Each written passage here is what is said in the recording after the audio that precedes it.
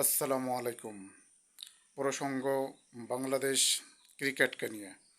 আপনারা জানেন বাংলাদেশ প্রথম টেস্ট ড্র করতে সক্ষম হয় শ্রীলঙ্কার বিপক্ষে, যে টেস্টটি শ্রীলঙ্কার গোহালে অনুষ্ঠিত হয় এবং বাংলাদেশ দলের অধিনায়ক নাজমুল হোসেন শান্ত তিনি টসে জিতে ব্যাটিং করার সিদ্ধান্ত গ্রহণ করেন এবং বাংলাদেশ তারা প্রথম ইনিংসে 495 রান করতে সক্ষম হয় 10 উইকেটের বিনিময়ে। পাশাপাশি শ্রীলঙ্কা তারাও দ্বিতীয় ইনিংসে 485 রান করতে সক্ষম হয় 10 উইকেটের বিনিময়ে। সেখানে বাংলাদেশ দলের ব্যাটসম্যান নাজমুল হোসেন শান্ত অসাধারণ ব্যাটিং উপহার দেন। তার কথা বলতেই হয় যে কিভাবে ব্যাটিং করতে হয়। 279 বল মোকাবেলা করে নাজমুল হোসেন শান্ত তিনি 148 রান করতে সক্ষম হন। পাশাপাশি মুশফিকুর রহিম, তার কথাও বলতে হয়, 350 বল মোকাবেলা করে 163 রান করতে সক্ষম হয়।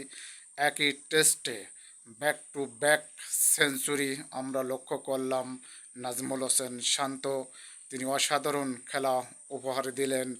বিশেষ করে দ্বিতীয় ইনিংসে তার যে 199 বলে 125 রান করতে সক্ষম হন নাজমুল হোসেন শান্ত।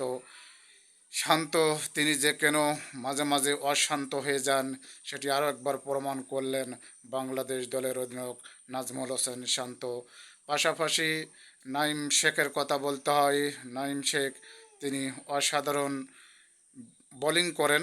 তার যে বোলিং কারিশমা, 121 রানের বিনিময়ে তিনি পাঁচটি উইকেট নিতে সক্ষম হয় 43.2 ওভার বল করে। নাইম শেখ তিনিও ভালো বোলিং করেন। এটি আসলেই দেখার মতো যে বিদেশের মাঠে এটি তার প্রথম 5 উইকেট নিতে সক্ষম হন। পাশাপাশি শ্রীলঙ্কা তারা দ্বিতীয় ইনিংসে 72 রান করে 4 উইকেটের বিনিময়ে শেষ পর্যন্ত এই টেস্ট খেলা ড্র হয়।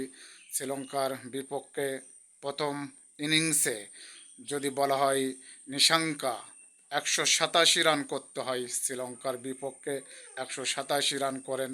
পাশাপাশি কামিন্ডু মেন্ডিস তিনিও 87 রান করতে সক্ষম হন এবং সব মিলে এই টেস্ট ড্র করতে সক্ষম হয় দ্বিতীয় টেস্ট বাংলাদেশের সামনে। এবং দ্বিতীয় টেস্ট যদি বাংলাদেশ জয়লাভ করে তাহলে সিরিজ জয়লাভ করে এবং যে আইসিসির টেস্ট চ্যাম্পিয়নশিপের যে খেলাটি এবং সেই চক্রে এই খেলা অনুষ্ঠিত হচ্ছে এবং বাংলাদেশ যে এখানে প্রথম টেস্টের যে পয়েন্ট ভাগাভাগি হলো, পাশাপাশি দ্বিতীয় টেস্ট খেলা যখন শুরু হবে সেখানেও যদি বাংলাদেশ ভালো খেলা উপহার দিতে পারে তাহলে বাংলাদেশ টেস্ট ক্রিকেটকে অনেক দূর এগিয়ে নিয়ে যাবে। এটি আমি মনে করি। এটি টেস্ট ক্রিকেটের চতুর্থ চক্রে এই খেলাটি অনুষ্ঠিত হচ্ছে এবং এই নিয়ে বাংলাদেশ ক্রিকেট প্রসঙ্গ নিয়ে আমি আমার বিশ্লেষণ শেষ করছি। খোদা হাফেজ।